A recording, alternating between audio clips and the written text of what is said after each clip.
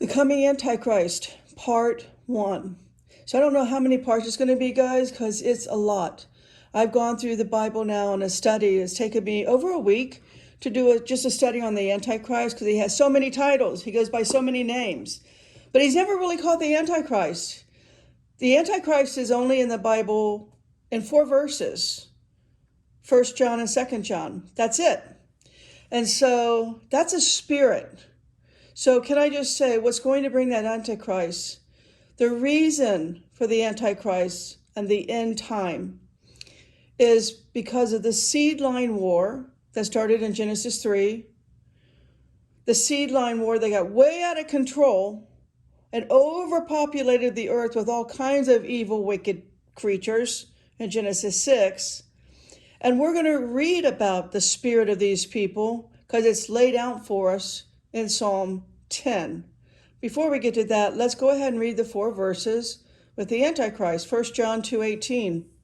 Children, it is the last hour. Okay, that's written over 2,000 years ago. It was the last hour over 2,000 years ago, just to be super clear. Children, it is the last hour, as you have heard that Antichrist is coming. So now many Antichrists, plural, have come. Therefore we know that is the last hour. The spirit of Antichrist has been here since before the flood and after that. 1 John 2:22. Who is the liar but he who denies that Jesus is the Christ? This is the Antichrist, he who denies the Father and the Son. There's a lot of religions out there that deny that. 1 John 4:3. And every spirit that does not confess Jesus is not from God. This is the spirit of the Antichrist, which you heard was coming and now is in the world already. We're surrounded by the spirit of the Antichrist. If there's 8 billion people on the planet, probably 4 billion, half are invaded with the spirit of the Antichrist. The invasion is on. The spirit of the Antichrist, that invasion, it's on. And it's throughout the churches. It's all over religion. 2 John 1:7. For many deceivers have gone out into the world, those who do not confess the coming of Jesus Christ in the flesh. Such a one is the deceiver and the Antichrist. So, here is the only place we get the name Antichrist. In part 2 or 3, or who knows how many parts I'll be doing on this, there's a lot of names he's given. Antichrist is a spirit, but the lawless one, the son of perdition, the idol shepherd, the extortioner, right? That's just some of the many names that we will get to. And all of the prophecies of his coming. He's coming. There's no doubt about that. But the purpose of this video is to lay out just what the Bible actually teaches, because I've heard some very serious videos on people who are Bible thumpers, and they take the Bible, and I don't know how they come up with this, but because they have thousands of followers, tens of thousands of followers, thousands of views as soon as they put up a video, and they're claiming, hands down, bar none, it's King Charles. Well, this video is to point out that kind of thinking. Let's go by what the Bible teaches, and not just because King Charles' breastplate or coat of arms or whatever his family arms or whatever that's called. All right, what does the Bible teach about the coming Antichrist? Let's just stick to the facts. Let's just do that. Let's not jump on King Charles and the Pope's bandwagon that they are the Antichrist and the false prophet. It's not what the Bible teaches. So, okay. Here, let's remind ourselves of what this spirit is all about. The Antichrist, it's a spirit. It has attitude and actions. So it's not a person. It's a spirit in a person. Okay? And this person will do what did John just spell out? He will lie. He will deny that Jesus is the Christ. He will deny the Father and the Son. Who does not confess Jesus is not from God. Do not confess Jesus Christ came in the flesh. So that spirit was first in the days of Noah. All right, read Enoch, because the apostles were reading Enoch, the Jews were reading Enoch. Septuagint, this is what everybody was carrying around, including Jesus, the Greek Septuagint. This is what you need to read. And get a further explanation, a much bigger explanation into Noah and the flood and what was happening. You've got to get into the Septuagint. But I'm not going to do that right now. I'm going to save that for another video. Right now, I want to look at who are the people from this seed line. The devil has children. He's got a seed line. All right, he does. They don't have souls. They were never written in the book of life. Read that in Revelation. But let's just get a little taste for who these people are, right? Psalm 10 spelled it out for us. I'm just going to read 1 through 10. You can read the rest. Psalm 10, verse 1 to 10. Why stand thou afar off, O Lord? Why hidest thou thyself in times of trouble? Times of trouble is Jacob's ladder. Jacob's trouble is for the end days. The wicked in his pride does persecute the poor. Let them taken in the devices that they have imagined. UFO, anybody? For the wicked boasteth of his heart's desire and blesseth the covetous, whom the Lord abhor. The wicked, through the pride of his countenance, will not seek after God. God is not in all his thoughts. His ways are always grievous. Thy judgments are far above out of his sight. As for all of his enemies, he puffeth at them. That's his pride and arrogance. He hath said in his heart, I shall not be moved, for I shall never be in adversity. His mouth is full of cursing and deceit and fraud. Under his tongue is mischief and vanity. Sounds like some huge social media podcast stars out there. I mean, every other word is an F-bomb. So even the good guys are full of this stuff. You're thinking they're good. No. Wolf in sheep's clothing. He sitteth in the lurking places of the villages. In the secret places doth he murder the innocent. His eyes are privily set against the poor. He lieth in wait secretly as a lion in his den. He lieth in wait to catch the poor. He doth catch the poor when he draweth into his net. He croucheth and humble himself, that the poor may fall by his strong ones. So the people here are those that were never written in the book of life, right? Read Revelation 13:8. Let's go ahead and read that.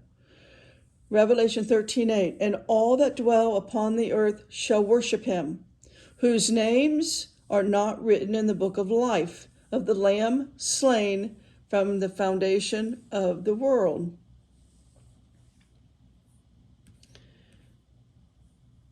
Let's remind ourselves here of 2 Thessalonians 2:3-4.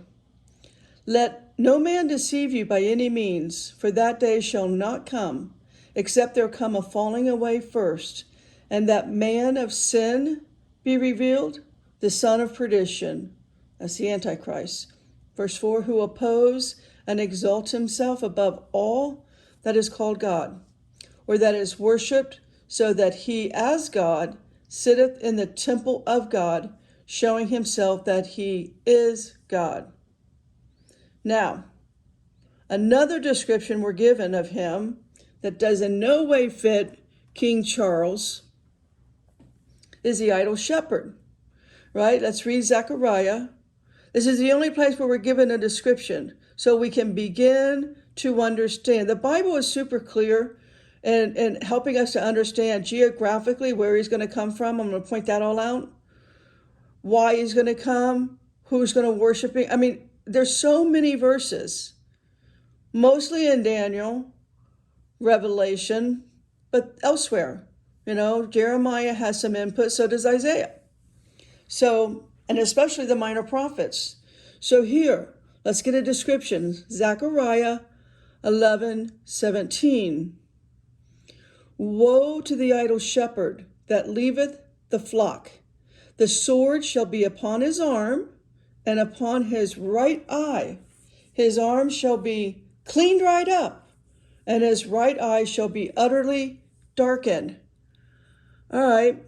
Do you know any political figures or royalty figures that have an arm clean dried up and his right eye utterly darkened? I don't, personally. King Charles, that's not King Charles, it's not the Pope. Are they evil men? Sure. Were they never written in the book of life? Sure, maybe. That's not the point. The point here, we're given a description because it says the idle shepherd. That is the man of pride. So until we find somebody that fits with this arm and eye prophecy, let's not jump in and try to say it's Obama or anybody else. All right? We're looking for somebody with a lame arm and a blind eye. Daniel 8:23-25. And in the latter time of their kingdom, when the transgressors are come to full, a king of fierce countenance and understanding dark sentences shall stand up. Right? And again, another description. He's a king of fierce countenance, understanding dark sentences. In verse 24, and his power shall be mighty, but not by his own power, and he shall destroy wonderfully. What? Wait, he's going to kill us all wonderfully? We're going to celebrate that? And shall prosper and practice and shall destroy the mighty and the holy people. And through his policy also he shall cause craft to prosper in his hand. Witchcraft. He shall magnify himself in his heart, and by peace shall destroy many. He shall also stand up against the prince of princes, but he shall be broken without hand. That's right. Jesus will simply open his mouth, speak a word, give an utterance, and bam, they're gone. They're history. They're in the lake of fire. We'll get to all that. All right, so here, I also want to point out Zechariah 1:8-11. Verse 1, I saw by night, and behold, a man riding upon a red horse, and he stood among the myrtle trees that were in the bottom, and behind him were the red horses, speckled and white. So this is the seals, talking about the seals breaking here. Then said I, O my Lord, what are these? And the angel that talked with me said unto me, I will show thee what these be. And the man that stood among the myrtle trees answered and said, These are they whom the Lord hath sent to walk to and fro through the earth. It would be the devil and his fallen angels.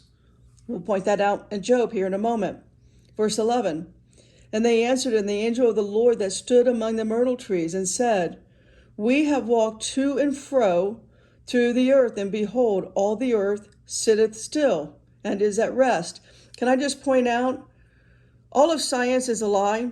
The earth is not spinning 6,000, whatever they're saying the earth is spinning.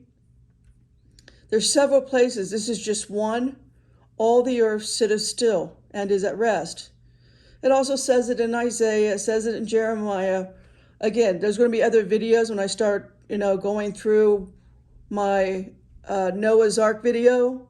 I'm proving that the dinosaurs lived with men. They got off the ark. They've been walking around for the last 4,500 years since the flood ended. All right, dinosaurs it's a lie that they were millions of years old. They're not. Everything is a lie, and it's all going to be revealed. It's all going to be revealed, and people are going to lose it when their precious theory of evolution is wrong. All right. So who does the Lord allow to walk to and fro in the earth? Again, the Bible has all the answers. There's no guesswork here. All right. Job 1:7. And the Lord said unto Satan, Whence comest thou? Then Satan answered the Lord and said, From going to and fro in the earth, and from walking up and down in it. Read Job chapter 1 and chapter 2. You'll see it was also the angels. Job 2, verse 2. It's a repeat. And the Lord said unto Satan, From whence comest thou? And Satan answered the Lord and said, Going from to and fro in the earth, and from walking up and down in it. Now, I didn't point out the angels here because this is something that's specifically on Satan, the devil, the dragon, the serpent in the garden, called the Antichrist, more so the beast in Revelation. For fun here, because his name is 666, I wanted to look at what is the 66, because the Bible is a code. And the precision of the math in the Bible is so perfect. It's beautiful. All right, so the 66th verse in the Old Testament is Genesis 3:10. And he said, I heard thy voice in the garden, and I was afraid because I was naked, and I hid myself. That's Adam after he ate what Eve had given him. Now here's the redemption. New Testament, 66th verse, is Matthew 4:1. Then was Jesus led up the Spirit into the wilderness to be tempted of the devil. Now, he was not tempted. He turned him down. That is our guaranteed win. So the devil, right, as in Revelation 12:9, let's read that so we know. And the great dragon was cast out, that old serpent called the devil and Satan, which deceiveth the whole world. He was cast out into the earth, and his angels were cast out with him. So we know there is a promise of the coming Antichrist. Where will he come from? We know it's Syria.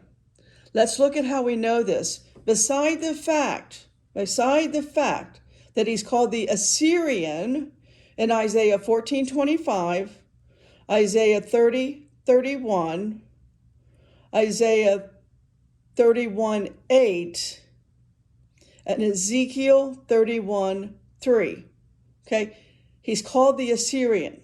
But let's look at Daniel for the verses. And you also need to go to the Jewish library to know the lay of the land 2,600 years ago to properly understand Daniel's vision. So I've done that hours, hundreds of hours I've spent in the Jewish library looking, at everything that Daniel would be seeing in his visions, understanding the lay of the land. So that's what you need to do. So I'm just going to break it down. So while the person body who the devil will take over in the last 3.5 years of the 7 years that start the tribulation, it's a man. And it really doesn't matter who the man is. I mean, I don't know why people spend the amount of time on it that they do. Like the videos I watched of King Charles being the person. I don't know why that matters. There's so much that still has to happen. A lot. I'm going to flush that out here. We're going to try and slow-mo this. I don't want the videos to be too long, so that's why I'm going to break it down into parts. But there's going to be a peace treaty with Israel and the Middle East. All right, that's in Daniel 9:27. Let's read that. And he shall confirm the covenant with many for 1 week. And in the midst of the week, he shall cause the sacrifice and the oblation to cease. And for the overspreading of abominations, he shall make it desolate, even until the consummation, and that determined shall be poured upon the desolate. Now, for the 10 kings that we read about in Daniel 7:20-24, there's way too many teaching on this idea of a revived Roman Empire with one man in charge. That's not sound doctrine, guys, okay? It's just not. It's not sound doctrine. The Bible does not teach that. Rather, it teaches super clear that there will be 10 kingdoms form inside of the land instead of one empire. So Daniel 2:44. And in the days of these kings shall the God of heaven set up a kingdom, which shall never be destroyed, and the kingdom shall not be left to other people, but it shall break in pieces and consume all these kingdoms, plural, and it shall stand forever. All right, that's also in Daniel 7:23-24, as well as Revelation 17:8-17. So this is what is called the revised Roman Empire now in Daniel 7:7-8. I should say Daniel 7:7-8. So the little horn is explained. It's clear. The little horn rises after the 10 kingdoms are formed, not before. It comes after the kingdoms are formed and exist for a short space. Let's read that now in Revelation 17:9-11. And here is the mind which has wisdom. The 7 heads are 7 mountains on which the woman sitteth.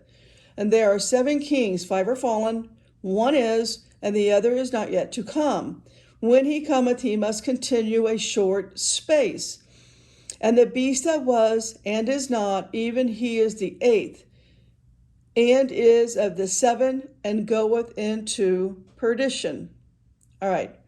Now, the 10 horns are all future events from Daniel's time. We see that in Revelation 13:1-8, Revelation 17:9-17. So I'm giving you this stuff so you can read and study for yourself because, as you know, I've got to keep the videos short. I can't read all of that. I can just give you study tools. When you have time, you can sit down and look into this for yourself and make your own discernment. So the 10 kings give their power to the beast for 42 months. 42 months is also 3.5 years or 1,260 days. And they will fight Jesus at Armageddon. The little horn will come out of one of the ancient Grecian empires that Daniel's vision gave him. It hasn't come yet. Daniel is looking ahead to Alexander the Great, to the death of Alexander the Great, what comes out of that, and then further on. So if you don't know about Alexander the Great, and as he died drunk one night, how it split into the 4 empires, we're not really understanding what is the lay of the land today. What's that land called? So if I can just give you a brief breakdown, you can get all this in the Jewish library. It's super easy to read on all this stuff. My goodness, I even think Wikipedia has all this. Put in Alexander the Great, and all of this stuff is easy to read about and study. So after the death of Alexander the Great, and today, these areas, 2024, these areas are called Greece, Turkey, Syria, and Egypt. So what happened is 4 of Alexander's generals, after he died, all right, one of the generals, Cassander, took Greece and Macedon. Lysimachus, I'm not sure if I'm saying that right, Lysimachus, anyway, he took Asia Minor and Thrace, okay, today that's Turkey. Seleucus took Syria, and Ptolemy took Egypt. So the little horn will come out of one of these 4 empires as told in Daniel 8:9. Now, out of one of them came forth a little horn, which waxed exceeding great. So I'm reading to you Daniel 8:9. And out of one of them came forth a little horn, which waxed exceeding great toward the south, and toward the east, and toward the pleasant land. So the purpose of Daniel 8 in relationship to Daniel chapter 7 is so that we can narrow down where the Antichrist, the actual person, where he's going to come from, so we can better know him when he gets on the scene, right? Daniel 8 narrows it down to the four I already spelled out: Greece, Turkey, Syria, and Egypt. Now, in Daniel 11, he has vision of wars between two of the four, right? I just named the four generals that come out of Alexander the Great's death. He has vision of two of the four, which is Seleucus and Ptolemy. Syria and Egypt were fought over a period of 150 years. That ended with Antioch Epiphanes' rule at 165 BC. So, in which then the vision skips over to the Egyptian king of the south and Syria king of the north. Now, you can read all of this in Daniel 11:36, and it continues on until Daniel 12, verse 13. Daniel identifies the Antichrist as the king of the north, Syria, at the time of the end. The purpose is what will happen to the people of Israel. What will happen to the people of Israel in the latter days. Now, let's read that in Daniel 10:14. Now I am come to make these understand what shall befall thy people in the latter days, for yet the vision is for many days. So, the one kingdom in Daniel 11, the Syrian, will the Antichrist come. The whole vision of chapter 11 only concerns Egypt and Syria. The latter-day war, the king of the north, is the same as the little horn of Daniel 7. And 8, the prince that shall come, right, spelled out in Daniel 9, 26, and 27, is the son of perdition and the man of sin that we read about in 2 Thessalonians 2, 1-12. The beast of Revelation 13, here is what we are told. Now, that everyone will obey for 42 months. Let's read that. Revelation 13, 5-7. And there was given unto him a mouth speaking great things and blasphemies, and power was given unto him to continue 42 months. And he opened his mouth in blasphemy against God, to blaspheme his name and his tabernacle and them that dwell in heaven. And it was given unto him to make war with the saints and to overcome them, and power was given him over all kindreds, tongues, and nations. All right, that's also in Daniel 7:25 all the way through Daniel 8:24, as well as Daniel 11:36. Now, I would like to read here now 2 Thessalonians 2:10-12. And with all deceivableness, can't say that word, of unrighteousness in them that perish, because they receive not the love of the truth, that they might be saved.